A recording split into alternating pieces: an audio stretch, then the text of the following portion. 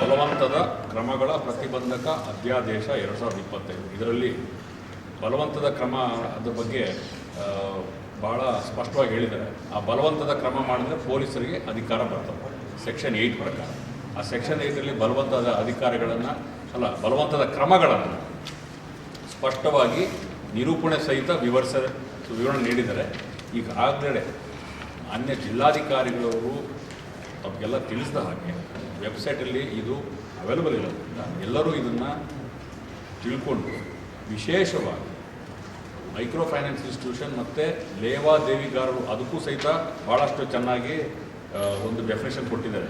ಯಾವುದೇ ವ್ಯಕ್ತಿ ಇರ್ಬೋದು, ಮೈಕ್ರೋ ಫೈನಾನ್ಸ್ ಇರ್ಬೋದು, ಸಾಲ ನೀಡಿಕೆ ಏಜೆನ್ಸಿ ಇರ್ಬೋದು, ಸಂಸ್ಥೆಗಳನ್ನು ಒಳಗೊಳ್ಳುವುದು, ದಿನಕ್ಕೆ, ವಾರಕ್ಕೆ, ತಿಂಗಳಿಗೆ ಅಥವಾ ವರ್ಷದ ಆಧಾರದಲ್ಲಿ ಬಡ್ಡಿಯನ್ನು ವಿಧಿಸುವ ಮೂಲಕ ಲಾಭವನ್ನು ಗಳಿಸಲು ನಗದು ಅಥವಾ ವಸ್ತು ರೂಪದಲ್ಲಿ ಸಾಲ ನೀಡುವ ಅಥವಾ ಯಾವುದೇ ಸ್ವರೂಪದ ಹಣಕಾಸು ನೆರವು ನೀಡುವುದನ್ನು ಪ್ರಧಾನ ಅಥವಾ ಪ್ರಾಸಂಗಿಕ ಚಟುವಟಿಕೆಯಾಗಿಸಿಕೊಂಡ ಯಾವುದೇ ಪಾಲುದಾರ, ಫರ್ಮು ಅಥವಾ ವ್ಯಕ್ತಿಗಳ ಗುಂಪು ಅಥವಾ ಡಿಜಿಟಲ್ ಸಾಲ ನೀಡಿಕೆ ಪ್ಲಾಟ್ಫಾರ್ಮನ್ನು ಎಲ್ಲರೂ ಲೇವಾದೇವಿದಾರರ ಒಂದು ಡೆಫಿನೇಷನ್ ಇಟ್ಟಿದ್ದಾರೆ.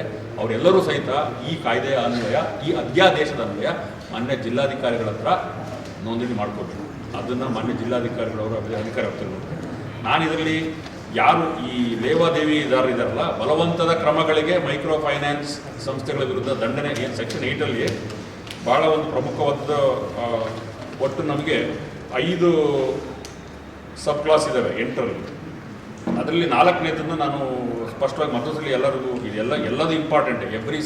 Every word, every sentence, every section is important. ಅದರಲ್ಲಿ ಸಾಲಗಾರನಿಗೆ ಹಣ ಪಾವತಿಗಾಗಿ ಬಲವಂತದ ಮತ್ತು ಅನುಚಿತ ಪ್ರಭಾವವನ್ನು ಬಳಸಿ ಮಾತುಕತೆಗೆ ಅಥವಾ ಒತ್ತಾಯಿಸುವುದಕ್ಕೆ ಖಾಸಗಿ ಅಥವಾ ಹೊರಗುತ್ತಿಗೆ ಅಥವಾ ಬಾಹ್ಯ ಏಜೆನ್ಸಿಗಳ ಕ್ರಿಮಿನಲ್ ಹಿನ್ನೆಲೆಯುಳ್ಳವರ ಸೇವೆಯನ್ನು ಬಳಸುವುದು.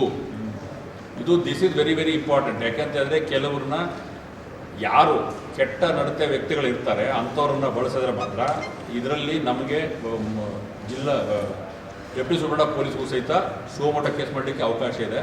ಅದಕ್ಕೋಸ್ಕರ ನಾನು ಈ ಸಂದರ್ಭದಲ್ಲಿ ಮಾನ್ಯ ಜಿಲ್ಲಾಧಿಕಾರಿಗಳವರ ಸಮ್ಮುಖದಲ್ಲಿ ಯಾರು ಈಗ ರಿಜಿಸ್ಟರ್ ಮಾಡ್ಕೋತಾರಲ್ಲ, ಸಾಲನ ವಸೂಲಾತಿ ಮಾಡಲಿಕ್ಕೆ ಯಾರನ್ನ ನೇಮಕ ಮಾಡ್ಕೋತಾರೆ ಅವರ ಪೊಲೀಸ್ ವೆರಿಫಿಕೇಷನನ್ನು ಕಡ್ಡಾಯವಾಗಿ ಜಿಲ್ಲಾ ಪೊಲೀಸ್ ಕಚೇರಿಯಲ್ಲಿ ಮಾಡಿಸ್ಕೊಳ್ಳೋದು ಅವರಿಗೆ ಸೂಕ್ತ, ಮತ್ತು ಅದನ್ನು ಮಾಡಿಸ್ಕೋಬೇಕು ಅಂತ ಈ ಮೂಲಕ ಅವರಿಗೆಲ್ಲರಿಗೂ ಒಂದು ಮಾಹಿತಿನ ನನಗೆ ಹೇಳೋಕ್ಕೆ ಇಷ್ಟಪಡ್ತೀನಿ.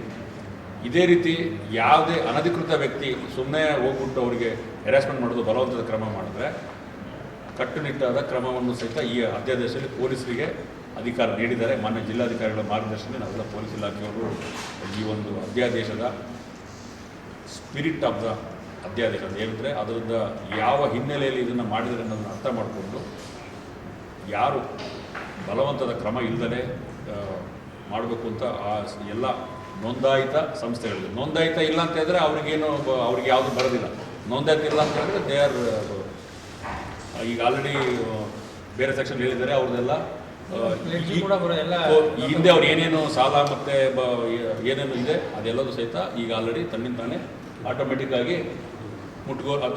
ಆಟೋಮೆಟಿಕ್ಕಾಗಿ ಮುಗ್ದಿದೆ ಅನ್ನೋ ಥರ ಒಂದು ಮಾಹಿತಿ ಇದೆ. ಸೊ ಈ ಹಿನ್ನೆಲೆಯಲ್ಲಿ ಎಲ್ಲರೂ ಸಹಿತ ರಿಜಿಸ್ಟರ್ ಮಾಡಿಕೊಂಡು ಕಾನೂನುಬದ್ಧವಾಗಿ ತಮ್ಮ ಕಾರ್ಯಕ್ರಮಗಳನ್ನು ನೆರವೇರಿಸ್ಕೋಬೇಕು ಅಂತ ಎಲ್ಲರೂ ಈ ಸಂದರ್ಭದಲ್ಲಿ ಕೇಳಕ್ಕೆ ಇಷ್ಟಪಡ್ತೀನಿ. ಮತ್ತು ಯಾರಿಗಾದರೂ ಸಮಸ್ಯೆಗಳಿದ್ದರೆ ಡಯಲ್ 112 ಅದಕ್ಕೂ ಸಹಿತ ತಾವು ಕರೆ ಮಾಡಬೇಕು. ಪೊಲೀಸರ ನಮ್ಮ 112 ಅಂತ ಏನಿದೆ ಈಗೆಲ್ಲದಕ್ಕೂ ನಾವು ಬೇರೆ ಬೇರೆ ತುರ್ತು ಸಂದರ್ಭದಲ್ಲಿ 112 ಕಾಲ್ ಮಾಡೋಕ್ಕೆ, ಮತ್ತು ಮಾನ್ಯ ಜಿಲ್ಲಾಧಿಕಾರಿಗಳವರು ಏನು ಒಂದು ಈಗ ಹೆಲ್ಪ್ಲೈನ್ ಕೊಡ್ತಾರೆ ಅದನ್ನು ಸಹಿತ ಬಳಸ್ಕೋಬೋದು.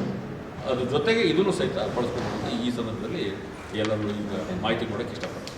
ವಂಶೋದಯ ಆಸ್ಪತ್ರೆ ಕೋಲಾರದಲ್ಲಿ ಸಂಪೂರ್ಣ ಸುಧಾರಿತ ಮಕ್ಕಳ ಆರೈಕೆ, ಚಿಕ್ಕ ಸಮಸ್ಯೆಗಳಿಂದ ಮುಂದುವರೆದ ಆರೋಗ್ಯ ಸಮಸ್ಯೆಗಳವರೆಗೆ ಎಲ್ಲ ನವಜಾತ ಶಿಶುಗಳಿಗೆ ಮತ್ತು ಮಕ್ಕಳಿಗೆ ಎಮರ್ಜೆನ್ಸಿ ಶಸ್ತ್ರಚಿಕಿತ್ಸೆಯ ಅಗತ್ಯವಿರುವ ಮಕ್ಕಳಿಗೆ ಸಮಗ್ರ ಆರೋಗ್ಯ ರಕ್ಷಣೆಯ ಮೇಲೆ ಕೇಂದ್ರೀಕರಿಸುತ್ತೇವೆ.